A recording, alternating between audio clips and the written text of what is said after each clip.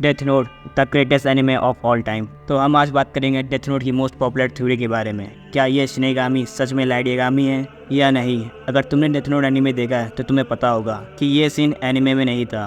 2007 में Death Note की movie आई थी, Death Note Relight Vision of a God.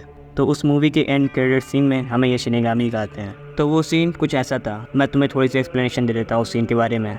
Movie के एंड में हमें शिनिगामी वर्ल्ड दिखाते हैं जहाँ पर कुछ शिनिगामी हंसी मजाक कर रहे होते हैं। तभी वहाँ पे एक नया शिनिगामी आता है। वो उनसे पूछता है कि मुझे उस शिनिगामी से मिलना है जो इंसानी दुनिया में गया था।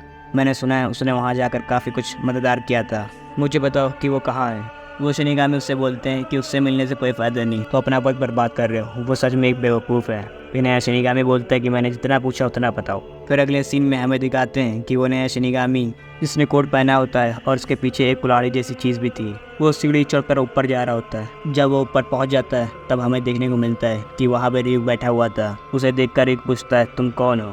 वो शिनिगामी कहता है मैं तुमसे मिलने आया हूँ, तुम मुझे अपनी कहानी बताओ।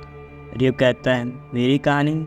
और वो नया शिनिगामी कहता है चिंता मत करो, मैं तुमसे एक काम फ्री में नहीं करवाऊंगा। फिर वो शिनिगामी रिक को एक सेब देता है। रिक देखता है कि वो सेब पूरी तरीके से सड़ चुका होता है। वो कहता है कि अगर ये एप्पल थोड़ा जूसी होता तो ज़्यादा अच्छा होता। नया शिनिगामी कहता है मैं इस दुनिया से बोर हो चुका हूँ, मैंने सुना है कि इंसानी दुनिया काफ़ी मददगार है। रिक कहता है चलो ठीक है, मैं तुम्हें अपनी कहानी सुनाता हूँ, और बस इसलिए कि तुमने मुझे ये सेब दिया है। वैसे भी मैं यहाँ बैठे बोर हो रहा हूँ।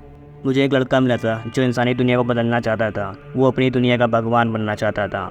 वो यहाँ पर लाइट की बात बता रहा होता है और यहाँ पर हमें लाइट के वर्ड सुनने को मिलते हैं। हर दिन की एक जैसी कहानी, हर दिन वैसे ही मर्डर्स हो रहे हैं इस दुनिया में। ये दुनिया पूरी तरीके से सड़ चुकी है। मैं उन सभी लोगों को मार दूंगा जो इस दुनिया को बेकार बना रहे हैं, वो भी डेथ नोट की मदद से। और ऐसे ही कहते कहते रिक उसे पूरी कहानी सुना देता है। रिक अपनी डेथ नोट का वो पेज खुलता है जिसमें उसने लाइट यागामी का नाम लिखा था। वो उसे देखते हुए कहता है लाइट तुम उस समय का भगवान नहीं थे।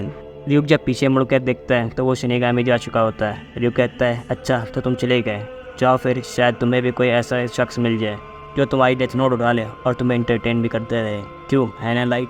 यही थी वो एंडिंग सीन। तो अब बात करते हैं क्या ये शिनिगामी सच में लाइट यागामी है। तो उससे पहले तुम वीडियो को लाइक कर देना और चैनल पर नए हो तो सब्सक्राइब कर देना। तुम्हारे सब्सक्राइब करने से मेरा यानी तुम्हारे भाई का भला ही होगा, तो कर देना।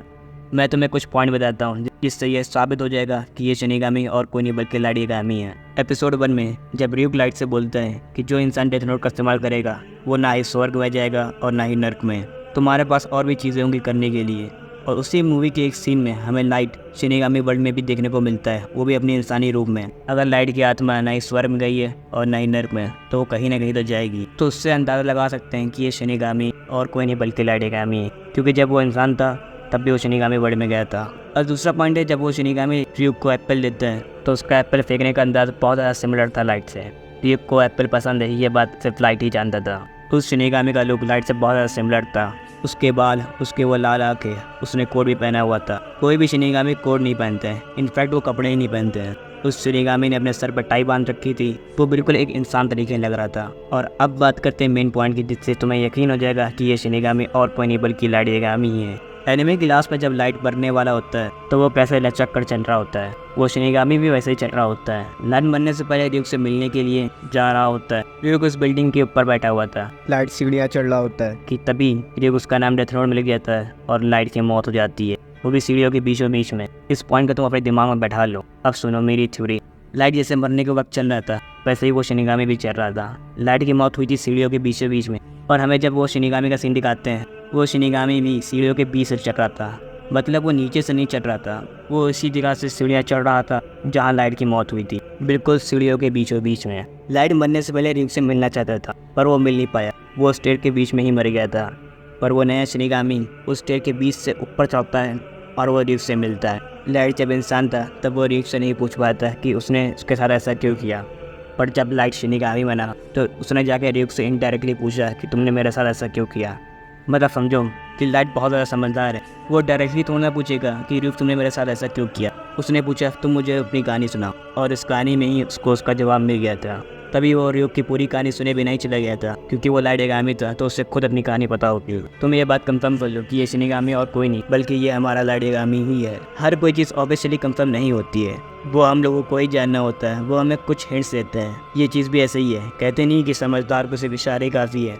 तो ये चीज़ कुछ इसी टाइप की है। तो तुम मुझे कमेंट में अपनी थ्योरीज बताना, और आज के लिए बस इतना ही। अगर वीडियो अच्छी लगी तो लाइक करना। मिलते हैं नेक्स्ट वीडियो पे। Bye bye.